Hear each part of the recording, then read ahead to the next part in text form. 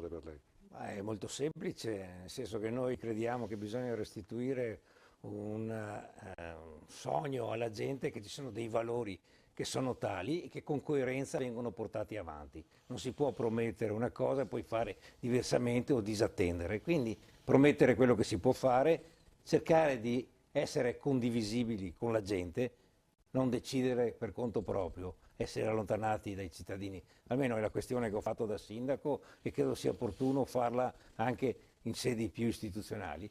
E poi pensare al proprio territorio perché ci si crede. Io credo molto che la sanità sia un problema importante nel Veneto, benché venga detta che è la migliore d'Italia, ma bisogna vedere come stiamo andando giù come qualità dappertutto, che risposta diamo ai cittadini. Su quello ci sono le risorse, secondo me, e ci vogliono le idee e bisogna valorizzare coloro che nella sanità pubblica lavorano oggi.